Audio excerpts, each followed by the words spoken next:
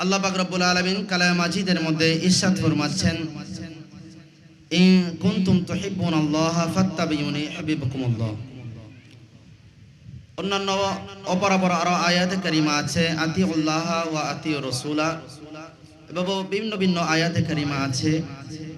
সমস্ত আয়াতে কারিমাকে যদি এক করা হয়, সমস্ত আয়াতে কারিমার সার নির্যাস যদি বের করতে যাই আমরা, তাহলে বুঝতে পারি আল্লাহ পাক রব্বুল আলামিন এইসব আয়াতে কারিমার মাধ্যমে আমাদেরকে একটি মেসেজ দিচ্ছেন।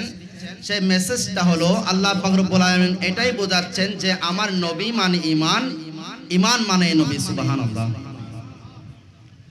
নবী মানে ঈমান, ঈমান মানে নবী। নবীর মহব্বত যেখানে আছে ঈমানও সেখানে আছে, যেখানে নবীর মহব্বত নাই সেখানে ঈমানও নাই। যে কাজের মধ্যে নবীর মহব্বত আছে ওই কাজে ঈমানের অন্তর্ভুক্ত হয়ে যায়। যে কাজের মধ্যে নবীজির মহব্বত নাই ওই কাজ শয়তানের কাজের অন্তর্ভুক্ত হয়ে যায়। নাউজুবিল্লাহ। আল্লাহ পাক রব্বুল আলামিন আমাদের প্রত্যেককে এমন কাজ থেকে আল্লাহ পাক রব্বুল আলামিন আমাদের প্রত্যেককে হেফাজত করুন, আমিন। বেশিক্ষণ সময় নিব না আমাদের কাছ থেকে, যেহেতু হুজুর আল্লামা রায়হানুদ্দিন জালালী হুজুর তশরিফ এনেছেন। আমি বেশিক্ষণ সময় নিব না, অল্প সময়ের মধ্যে ছেড়ে দিব। আল্লাহ পাক রব্বুল আলামিন যতক্ষণ আমরা এই মসজিদের মধ্যে থাকবো ততক্ষণ পর্যন্ত আল্লাহ পাক রব্বুল আলামিন আমাদের প্রত্যেকটি কিছু, প্রত্যেকটি নিঃশ্বাস, শ্বাস প্রশ্বাস আল্লাহ পাক রব্বুল আলামিন আমাদের ইবাদতের মধ্যে কবুল আর মঞ্জুর করুন, আমিন। আমরা ঈমানের কথা যখন আসে আমাদের মাঝে, তখন ঈমানের কিছু শাখা প্রশাখার ব্যাপারে আমাদের কাছে তথ্য আসে যে ঈমান, আমরা ঈমানের কথা বলছি যে একজন মুমিন তার কাছে যদি ঈমান থাকে সে মুমিন হতে পারবে, একজন মুসলমান তার কাছে যদি ঈমান থাকে সে মুসলমান হতে পারবে, মুমিন হতে পারবে। আর যদি ঈমান না থাকে সে মুমিন হতে পারবে না। আর আমরা বুঝছি যে ঈমান মানে আল্লাহর মাহবুবের মহব্বত। তাহলে যার মধ্যে আল্লাহর মাহবুবের মহব্বত আছে সেই ব্যক্তি ঈমানদার হয়েছে, যার মধ্যে মহব্বত নাই সেই ব্যক্তি বেঈমান হয়েছে। আল্লাহর মাহবুবের মহব্বতকে যদি ঈমানের মূল ধরা হয়, ওই ঈমানকে একটি যদি গাছের সাথে আমি তুলনা করি, তাহলে ওই গাছের রূহ হচ্ছে আল্লাহর মাহবুবের মহব্বত, এবং ওই গাছের সমস্ত শাখা প্রশাখা হচ্ছে ঈমানের। ওই গাছের সমস্ত ডালপালা যেগুলো আছে এগুলো হচ্ছে ঈমানের শাখা প্রশাখা। সুবহানাল্লাহ। আল্লাহ পাক রব্বুল আলামিন আমাদের জন্য যে ঈমান নির্ধারণ করেছেন, আমাদেরকে আল্লাহর মাহবুবের মাধ্যমে যে ঈমান আমাদেরকে দিয়েছেন, ওই ঈমানের মধ্যে যে ডালপালাগুলো আছে, ওই ঈমান নামক যে গাছটা আছে ওই গাছের মধ্যে যে ডালপালাগুলো রয়েছে, ওই ডালপালাগুলোকে উলামায়ে কেরাম 70টি শাখার মধ্যে ভাগ করে নিয়েছেন। সুবহানাল্লাহ। কয়টি ভাগ? 77টি ভাগ। কয় ভাগ? 77 ভাগ। ঈমানের শাখা প্রশাখা আছে, ঈমান নামক গাছের ডালপালা আছে 77টা। কয়টা? 77টা। ওই ঈমান নামক গাছের যে ডালপালাগুলো আছে, যে 77টা ডালপালা আছে, ওই 77টা ডালপালার মধ্যে 2টি ডালপালা এমন আছে, একটি ডালপালার নাম হালাল, হালাল রিজিক অন্বেষণ করা, হারাম থেকে বিরত থাকা। অপর একটি ডালপালা যে আছে ওই ডালপালার নাম হচ্ছে সৎ চরিত্র। সৎ চরিত্র। আল্লাহর মাহবুব সাল্লাল্লাহু তাআলা আলাইহি ইসলামের চরিত্রকে যদি আমরা একটু বিশ্লেষণ করতে যাই, আল্লাহ পাক রব্বুল আলামিন কালামে মাজিদের মধ্যে ঘোষণা দিচ্ছেন, ইন্নাকা লাআলা খুলুকিন আযীম। ইয়া রাসূলুল্লাহ, নিশ্চয় আপনার চরিত্র হচ্ছে মহান চরিত্র। সুবহানাল্লাহ। শুধু তাই নয়, আল্লাহর মাহবুব সাল্লাল্লাহু তাআলা আলাইহি ওয়াসাল্লামের পরিপূর্ণ যে জীবনটা আছে, আল্লাহ পাক রব্বুল আলামিন আল্লাহর মাহবুবের পরিপূর্ণ জীবনটা আল্লাহর প্র্যাকটিক্যাল কোরআন বলে সাজিয়েছেন। সুবহানাল্লাহ। ঈমানের যে 77টি ডালপালা আছে, ওই 77টা ডালপালা যদি আমরা তালাশ করতে যাই যে এই 77টি ডালপালা আমরা কোথায় পাবো, তা আল্লাহর মাহবুবের জীবন নিয়ে যদি আমরা, আল্লাহর মাহবুবের সিরাত নিয়ে যদি আমরা বিশ্লেষণ করি, আল্লাহর মাহবুবের মিলাদুন নবীর মাহফিল যদি আমরা পালন করি, ওই মিলাদুন নবীর মাহফিলের মধ্যে যে 77টি ডালপালার আলোচনা হবে, ওই 77টি ডালপালার আলোচনা মানে আল্লাহর মাহবুবের জীবনে আলোচনা। সুবহানাল্লাহ। তাহলে নবী মুস্তাফা সরকার দু আলম নূরে মুজাসসিম রাসূল আকরাম সাল্লাল্লাহু তাআলা ইসলাম মানেই হচ্ছে পরিপূর্ণ প্র্যাকটিক্যাল কোরআন। সুবহানাল্লাহ। আল্লাহর মাহবুবের কাছে আপনি জান সচ্চরিত্র পাবেন। আল্লাহর মাহবুব আমাদেরকে শিখিয়ে দিয়েছেন কিভাবে হালাল রিজিক উপার্জন করতে হয়। কোন ব্যক্তি আসলো ফরমালো যে হুজুর আমি ইবাদত বন্দেগী করছি, নামাজ পড়ছি, রোজা রাখছি, হুজুর আমি হজ করছি, যাকাত আদায় করছি, হুজুর আমি আল্লাহর মাহবুবকে পরিপূর্ণভাবে ভালোবেসে নিয়েছি, হুজুর এই সমস্ত কিছু করার পরেও তারপরেও আমার অবস্থা এমন হয়ে গিয়েছে যে আমি বারবার গুনার মধ্যে ফিরে যাচ্ছি।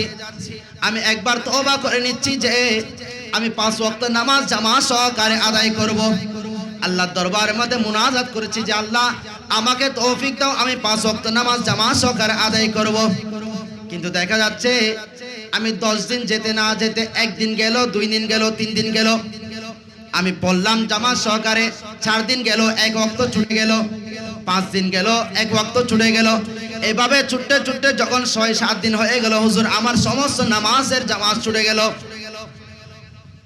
কি কারণ? নামাজ কেন ছুটে গেল? আমি তো আল্লাহর মাহবুবের প্রেম অন্তরের মধ্যে রেখেছি।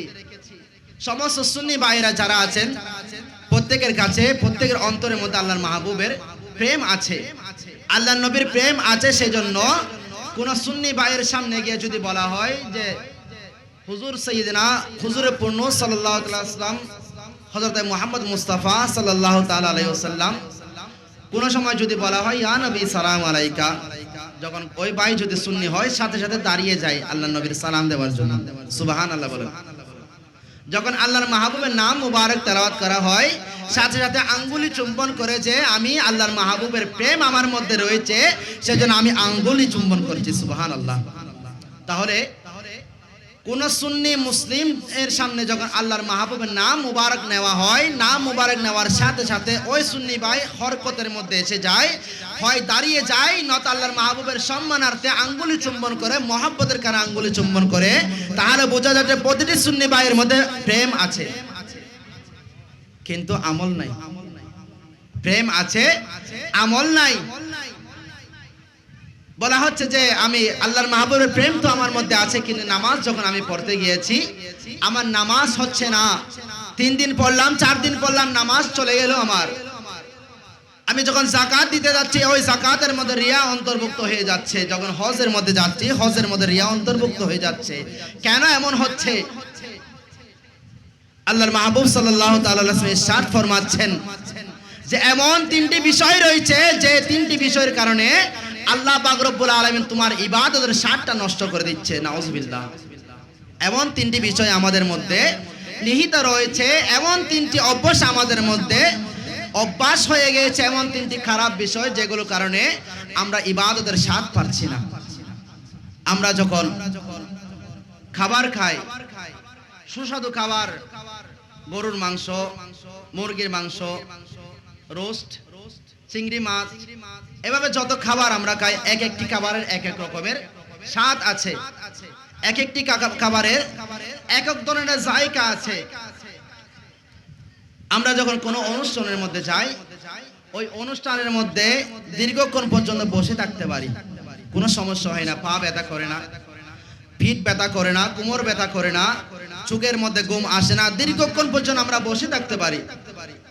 আমরা যখন কোন গানের অনুষ্ঠানের মধ্যে যাই দীর্ঘক্ষণ পর্যন্ত গানের সাউন্ডটা আমাদের কানের মধ্যে আসতে থাকে, আমরা বিরক্ত হই না, আমরা গানের স্বাদটা অনুভব করছি, গানের স্বাদটা অনুভব করছি, অনুষ্ঠানের স্বাদটা অনুভব করছি, যার জন্য আমার বিরক্ত আসছে না।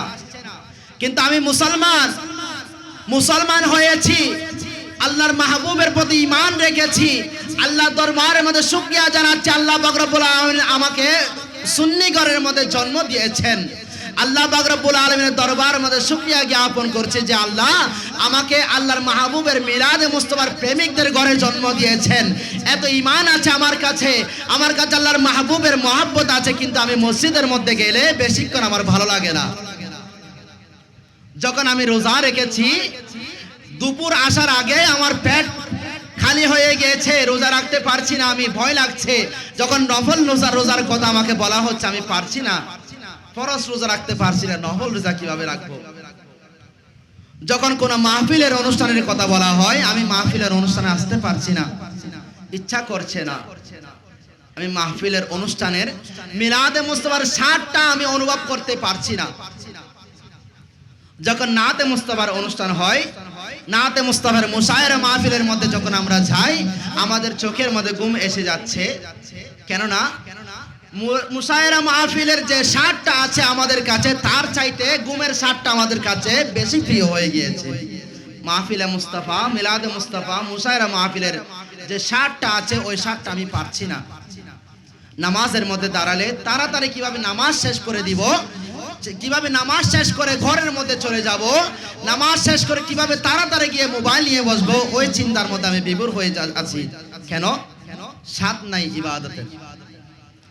আল্লাহর মাহবুব সাল্লাল্লাহু তাআলা আলাইহি ওয়াসাল্লাম ইরশাদ ফরমাচ্ছেন, তিনটি বিষয় আছে, যে তিনটি অভ্যাস তোমাদের মাঝে থাকার কারণে তোমরা ইবাদতের স্বাদ পাচ্ছ না।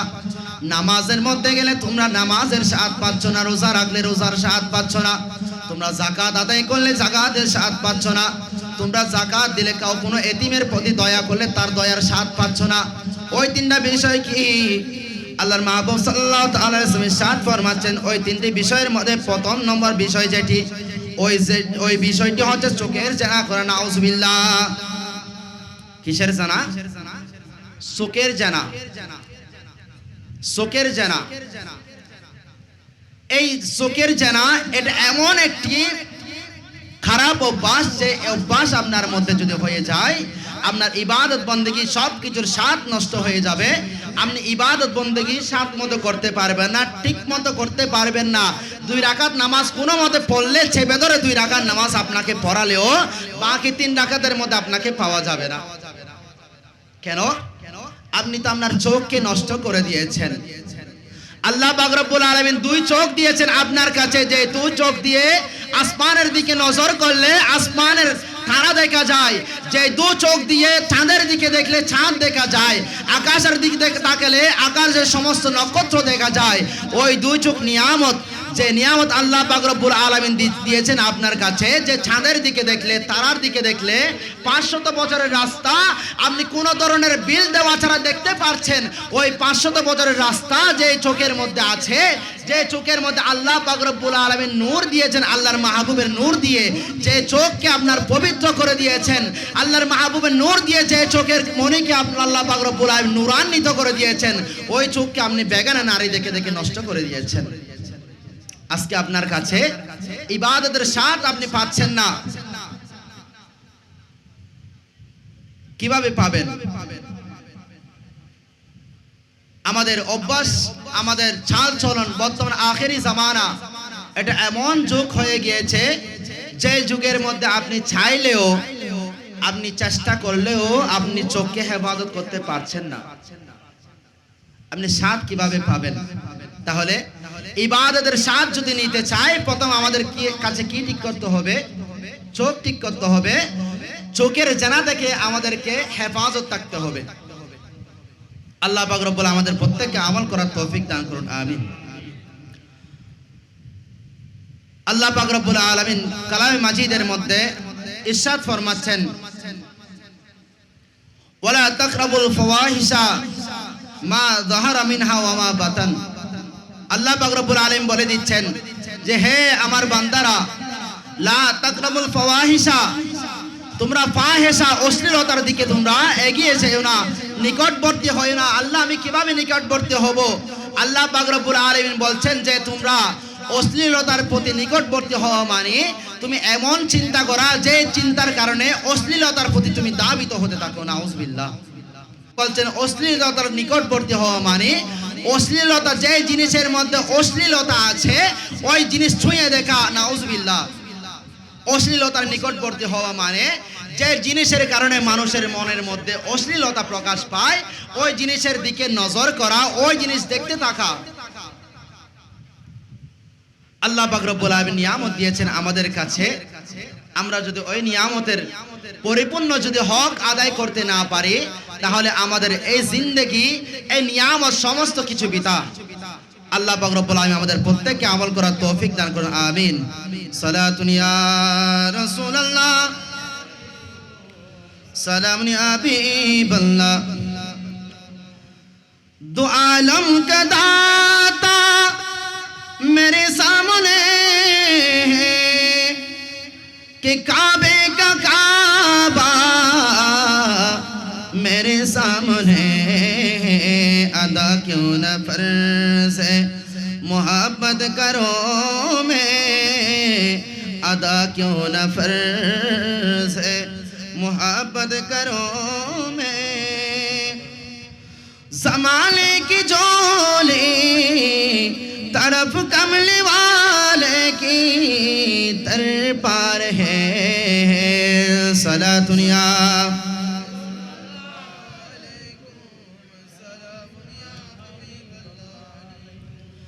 या रसूल अल्लाह उन्जुर हालना, या हबीब अल्लाह इस्मा कौलना। सलातुन या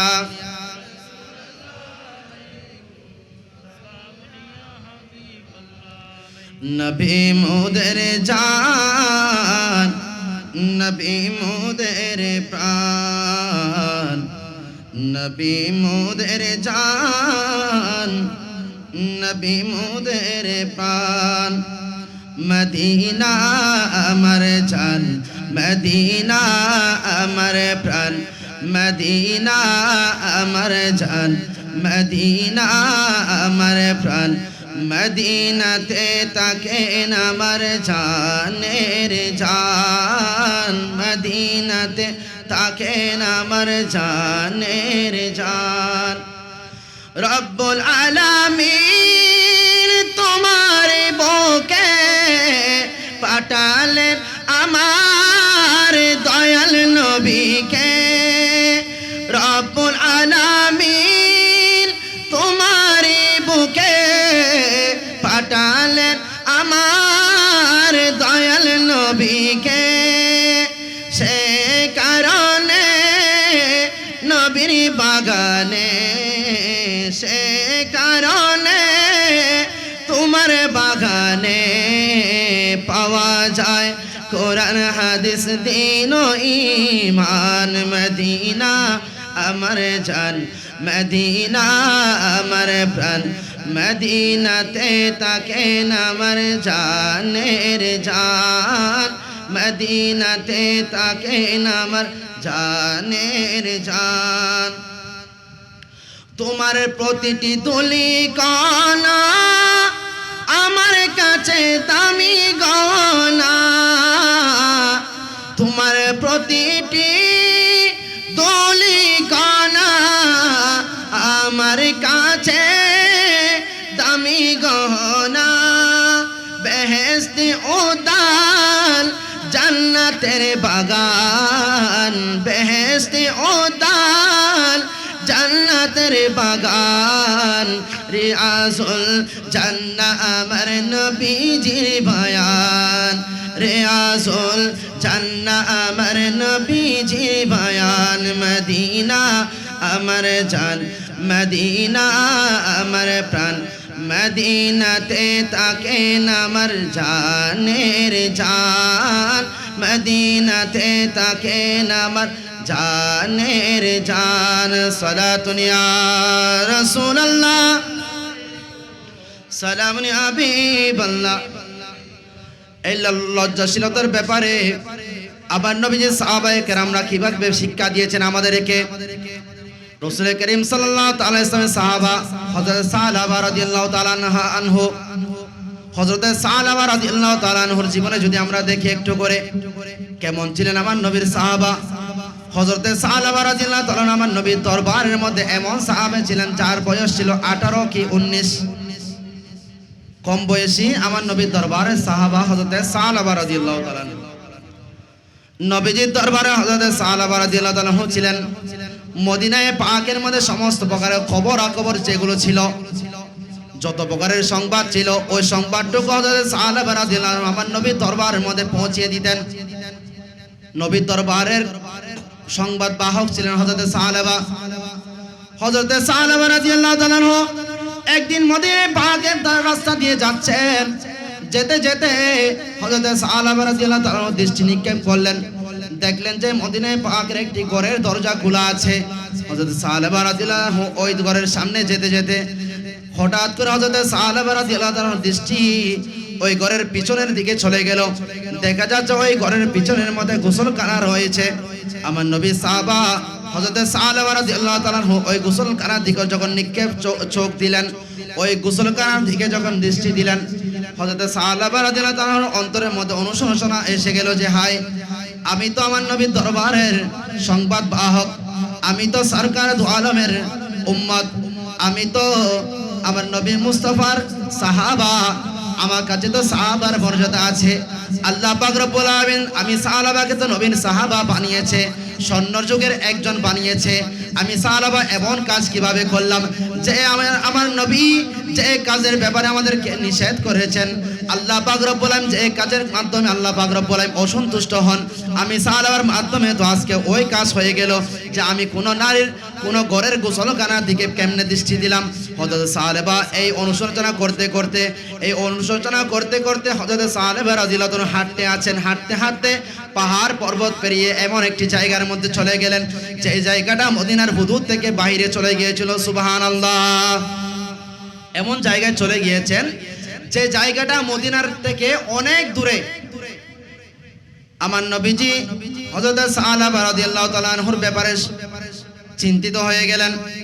সাহাবায়ে কেরামদেরকে রওনা করে দিলেন দলে দলে। হযরত সালমান ফারসি, হযরত সিদ্দিক আকবর, ফারুক আজম এভাবে দল দল ভাগ করে সাহাবা রাদিয়াল্লাহু তাআলা আনহুকে খোঁজার জন্য সাহাবায়ে কেরামদেরকে রওনা করে দিলেন যে সাহাবারা যাও আমার সাহাবাকে যেখান থেকে পাও খুঁজে নিয়ে আসো। যতক্ষণ পর্যন্ত আমার সাহাবাকে তোমরা খুঁজে পাবে না ততক্ষণ পর্যন্ত মদিনায়ে মুনাওয়ারার মধ্যে প্রবেশ তোমাদের জন্য নিষিদ্ধ করা হলো। সুবহানাল্লাহ। আমার নবীজি সাহাবা নিরুদ্দেশ হয়ে গিয়েছেন। রাসূল করিম সাল্লাল্লাহু তাআলা ইসলাম সাহাবায়ে কেরামদেরকে রওনা করে দিয়েছেন যে সাহাবাকে খুঁজে নিয়ে আসো। নবীজি সাহাবা হযরত সিদ্দিক আকবর, ফারুক আজম রওনা হয়ে গেলেন। হযরত সালমান ফারসি সহ দলের মধ্যে রওনা হয়ে যেতে যেতে কিছু দূর যাওয়ার পরে দেখা যাচ্ছে একটা মাঠ, চারপাশের মধ্যে পাহাড় বেষ্টিত, চারিদিকে সব পাহাড়, মাঝখানে একটা মাঠ আছে। ওই মাঠের মধ্যে একজন রাখাল তার মেষগুলো চড়াচ্ছে, মেষগুলোকে ঘাস খাওয়াচ্ছে। হযরত সিদ্দিক আকবর রাদিয়াল্লাহু তাআলা ওই দিন 3 দিন হয়ে গেল। ওই রাখালের কাছ থেকে জিজ্ঞেস করলেন যে হে রাখাল, এই বয়সী এই চেহারার একজন মানুষ তুমি এদিকে আসতে দেখেছো কিনা? ওই রাখাল বলল হুজুর, আপনারা যে অবয়বের মানুষের কথা বলছেন, যে সুন্দর আকৃতির মানুষের কথা বলছেন, আমি এমন তো মানুষ দেখি নাই, তবে একজন মানুষ দেখেছি যে পাগলের মতো ওই পাহাড়ের গুহার মধ্যে থাকে এবং বিকালের সময় বের হয় পাহাড়ের গুহা থেকে। আমি তাকে আমার মেষের দুধ অর্পণ করে তার কাছে মেষের দুধ দিই, আর সে ওই দুধগুলোকে আবার পাহাড়ের গুহায় চলে যায়। হুজুর, এমন অবস্থা তার যে সেই দুধ খাওয়ার সময় তার ওই চোখের পানি ওই দুধের মধ্যে পড়ছে, সেটাও সে তার খেয়ালের মধ্যে নাই। সুবহানাল্লাহ।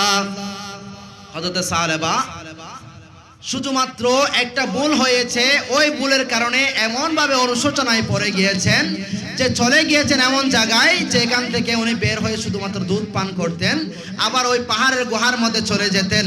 আর দুধ পান করার সময় ওনার চোখ থেকে যে চোখের অশ্রু যে ঝরে পড়তো, ওই অশ্রু পর্যন্ত উনি খেয়াল করতেন না যে দুধের মধ্যে ওনার চোখের অশ্রু পড়ছে। সুবহানাল্লাহ। হযরত সিদ্দিক আকবর রাদিয়াল্লাহু তাআলা এবং হযরত ফারুক আজম, হযরত সালমান ফারসি রাদিয়াল্লাহু তাআলা ওনারা সন্দিহান হয়ে গেলেন যে এটা কি সাহাবা হতে পারে কিনা। সাহাবা তো আল্লাহর নবীর দরবারে সাহাবা, উনি তো সতর্ক থাকেন, উনি সংবাদ বাহক, উনি তো পরিপূর্ণ সতর্ক, উনার এই অবস্থা কেমন হতে পারে। হযরত সিদ্দিক আকবর রাদিয়াল্লাহু তাআলা আসর পর্যন্ত অপেক্ষা করার জন্য সিদ্ধান্ত নিলেন যে আমরা আসর পর্যন্ত অপেক্ষা করব, ওই ব্যক্তিকে আমরা দেখব, দেখার পরে তারপর যদি সাহাবা হয় তাকে সাথে নিয়ে যাব, আর যদি সাহাবা না হয় আমরা চলে যাব, এখান থেকে অন্য জায়গার মধ্যে তালাশ করব। হযরত সিদ্দিক আকবর রাদিয়াল্লাহু তাআলা অপেক্ষা করতে থাকলেন হযরত সাহাবা রাদিয়াল্লাহু কখন বের হবেন। কিছুক্ষণ পরে দেখা যাচ্ছে যখন আসরের ওয়াক্ত হয়ে গেল, সূর্য যখন হেরে যাচ্ছে, আসরের ওয়াক্তের সময় যখন আকাশ যখন হলুদ বর্ণ ধারণ করলো, ওই ব্যক্তি যে বের হলো পাহাড়ের গুহা থেকে, দেখা যাচ্ছে ওই ব্যক্তি আল্লাহর মাহবুবের সাহাবা হযরত সালেবা রাদিয়াল্লাহু তাআলা আনহু। সুবহানাল্লাহ। হযরত সালেবা রাদিয়াল্লাহু তাআলা আনহু বের হলেন, বের হয়ে মাঠের মধ্যে আসলেন, ওই রাকাল দুধ অর্পণ করলো। হযরত সালেবা রাদিয়াল্লাহু তাআলা আনহু দেখা যাচ্ছে দুধ পান করছেন, কিন্তু তখনও কাঁদছেন। সুবহানাল্লাহ। হযরত ফারুক আজম কাছে আসলেন যে, হে সালেবা, আপনি এখানে এসে বসে আছেন, আল্লাহর মাহবুব তো ওইখানের মধ্যে আপনার জন্য বেচেন হয়ে গিয়েছে। সুবহানাল্লাহ। আল্লাহর নবী তো আপনার জন্য বেচেন হয়ে গিয়েছে। আমাদের প্রতি নির্দেশ হয়েছে যতক্ষণ পর্যন্ত আপনাকে খুঁজে নিয়ে না যায়, ততক্ষণ পর্যন্ত জাত আল্লাহর মাহবুবের সামনে পর্যন্ত আমরা না যাই। সুবহানাল্লাহ। হযরত সালেবা রাদিয়াল্লাহু তাআলা হযরত ফারুক আজমের আওয়াজ শুনে ভয় পেয়ে গেলেন যে হায়, আমি সালেবার ব্যাপারে হয়তো আল্লাহর মাহবুবের দরবারের মধ্যে আল্লাহ ওহী পাঠিয়ে দিয়েছেন যে, হে ইয়া রাসূলুল্লাহ, আপনার সালেবা অন্যায় করেছে, এই ব্যাপারে আল্লাহর মাহবুবের দরবারের মধ্যে হয়তো আল্লাহ পাক রব্বুল আলামিন ওহী পাঠিয়ে দিয়েছেন। আমি সালেবার দোষ ত্রুটি নিয়ে হযরত সালেবা রাদিয়াল্লাহু ভয় পেয়ে গেলেন, বলে হে ফারুক আজম, আমাকে একটু বলুন আল্লাহর মাহবুব আমার দোষ জানতে পেরেছে কিনা। সুবহানাল্লাহ। আল্লাহর মাহবুবের দরবারের মধ্যে আল্লাহর পক্ষ থেকে আমার ব্যাপারে কোন ধরনের ওহী এসেছে কিনা, ফারুক আজম আপনি আমাকে একটু বলুন যে আল্লাহর মাহবুব সাল্লাল্লাহু তাআলা আলাইহি ওয়াসাল্লাম আমার উপর অসন্তুষ্ট হয়েছে কিনা। সুবহানাল্লাহ। হযরত ফারুক আজম ইরশাদ ফরমালেন যে আমরা তো জানি না আল্লাহর মাহবুব আপনার উপর অসন্তুষ্ট হয়েছে কিনা, তবে এটা জানি আল্লাহর মাহবুব আপনাকে না পেয়ে বেচেন হয়ে গিয়েছেন। আল্লাহর মাহবুব সাল্লাল্লাহু তাআলা আলাইহি ওয়াসাল্লাম আপনার জন্য অধীর হয়ে আছেন, আপনাকে নিয়ে যাওয়ার জন্য আমাদেরকে পাঠিয়েছেন। হযরত সালেবা রাদিয়াল্লাহু বলছেন, না, আমি এমন দোষ করেছি, এমন অন্যায় করেছি যে আমার ওই অন্যায়ের কারণে আল্লাহর মাহবুবের দরবারে যাওয়ার ক্ষমতা, আল্লাহর নবীর সামনে যাওয়ার ক্ষমতা আমার কাছে নাই, আমি যেতে পারবো না। আমি কাঁদতে কাঁদতে এই জায়গার মধ্যে আমার জিন্দেগি শেষ করে দিব। আল্লাহর মাহবুবের দরবারের মধ্যে আল্লাহর মাহবুবের সামনে যাওয়ার সেই সুযোগ আমার কাছে নাই। সুবহানাল্লাহ। হযরত ফারুক আজম হযরত এবং সিদ্দিক আকবর হযরত সালেবা রাদিয়াল্লাহু তাআলা দুই বাহু ধরলেন, ধরে বললেন যেতে হবে আপনাকে আজকে, আপনি যদি না যান আমাদেরও মদিনায় পাকের মধ্যে যাওয়া নিষেধ, আপনাকে যেতেই হবে। হযরত ফারুক আজম হযরত সিদ্দিক আকবর রাদিয়াল্লাহু তাআলা হযরত সালেবা রাদিয়াল্লাহু তাআলাকে ধরে আল্লাহর মাহবুবের দরবারে পাক পর্যন্ত নিয়ে আসলেন। আমার রাসূল করিম সাল্লাল্লাহু আলাইহি ওয়াসাল্লাম হযরত সালেবা রাদিয়াল্লাহু আনহার দিকে দেখে মুস্কি হেসে দিলেন যে, সালেবা, কেন তুমি আমার দরবার থেকে নিরুদ্দেশ হয়ে গিয়েছো? এ সালেবা, আজকে 3 দিন পর্যন্ত আমি নবী তোমার জন্য তো বেচেন হয়ে আছি, আমি তোমার জন্য অধীর হয়ে আছি। সালেবা, তুমি কেন আমার দরবার থেকে নিরুদ্দেশ হয়ে গিয়েছো? হযরত সালেবা রাদিয়াল্লাহু তাআলা আনহু কেঁদে দিলেন যে, ইয়া রাসূলুল্লাহ, আমি এমন দোষ করেছি, আপনার সাহাবা হওয়ার সেই ক্ষমতা আমার কাছে নাই। আপনার সাহাবা যে আমি দাবি করব ওই আমলটুকু আমার কাছে নাই। যে আমল ছিল, যে আপনার সাহাবার মর্যাদা ছিল, সব কিছু তো আমি কলুষিত করে দিয়েছি। ইয়া রাসূলুল্লাহ, আমি এমন অন্যায় করেছি যে অন্যায়ের কারণে আপনার সামনে আসার কোনো ক্ষমতা নাই। আল্লাহর মাহবুব সাল্লাল্লাহু আলাইহি ওয়াসাল্লাম ইরশাদ ফরমালেন, সালেবা, অতি দুর্বল হয়ে গিয়েছো তুমি কাঁদতে কাঁদতে, আল্লাহর দরবারের মধ্যে তুমি কাঁদতে কাঁদতে নিজের জিন্দেগি তো শেষ করে দিয়েছো। আসো সালেবা, আমি নবী মুস্তাফার কোলের মধ্যে একটু শুয়ে দেখো। সুবহানাল্লাহ। আল্লাহর মাহবুব বলছেন, সালেবা, তুমি তো খুব দুর্বল হয়ে গিয়েছো, দাঁড়ানোর ক্ষমতা তোমার কাছে নাই, আসো একটু আমি নবী মুস্তাফার কোলের মধ্যে একটু আসো, আমি তোমাকে একটু ঘুম পাড়াই দিই। হযরত সালেবা রাদিয়াল্লাহু তাআলা আনহু কাঁপতে কাঁপতে আল্লাহর মাহবুবের দরবারের মধ্যে এসে গেলেন।